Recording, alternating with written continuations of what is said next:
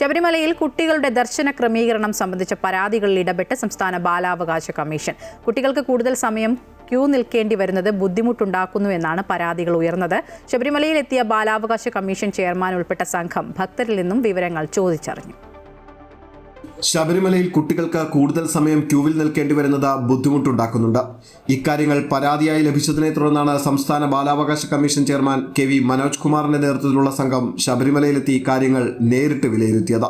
ബാലാവകാശ commission chairman ഉൾപ്പെട്ട സംഘം ഭക്തരിൽ നിന്നും വിവരങ്ങൾ ചോദിച്ചറിഞ്ഞു. പമ്പ മുതൽ സന്നിധാനം വരെ നടത്തിയ പരിശോധനയിൽ പരാതി ശരിയെന്ന് ബോധ്യപ്പെട്ടതായും കുട്ടികൾക്ക് പ്രത്യേക ക്യൂ ഉൾപ്പെടെ നിർദ്ദേശങ്ങൾ നൽകുമെന്നും സംസ്ഥാന ബാലാവകാശ കമ്മീഷൻ ചെയർമാൻ കെ.വി. മനോജ് കുമാർ പറഞ്ഞു.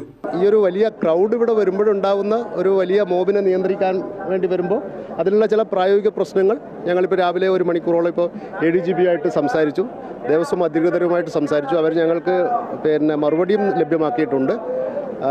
ഇനി എന്തൊക്കെ ചെയ്യാൻ പറ്റുമെന്നുള്ളത് ഒരു മീറ്റിംഗ് കൂടെ ഉന്നത അധികാരികളുമായിട്ട് ഒരു മീറ്റിംഗ് കൂടെ നടത്തിയതിന് ശേഷം എന്തെങ്കിലും ചെയ്യാൻ പറ്റുമോ എന്നുള്ളത് പരിശോധിക്കുന്നുണ്ട്. Sabarimala police chief coordinator S ശ്രീജിത്തുമായി കമ്മീഷൻ കൂടിക്കാഴ്ച നടത്തി. ദർശന ക്രമീകരണത്തിൽ കുട്ടികൾ നേരിടുന്ന ബുദ്ധിമുട്ടുകൾ പരിഹരിക്കാൻ ആവശ്യമായ നടപടികൾ നിർദ്ദേശിക്കുമെന്നും കമ്മീഷൻ വ്യക്തമാക്കി.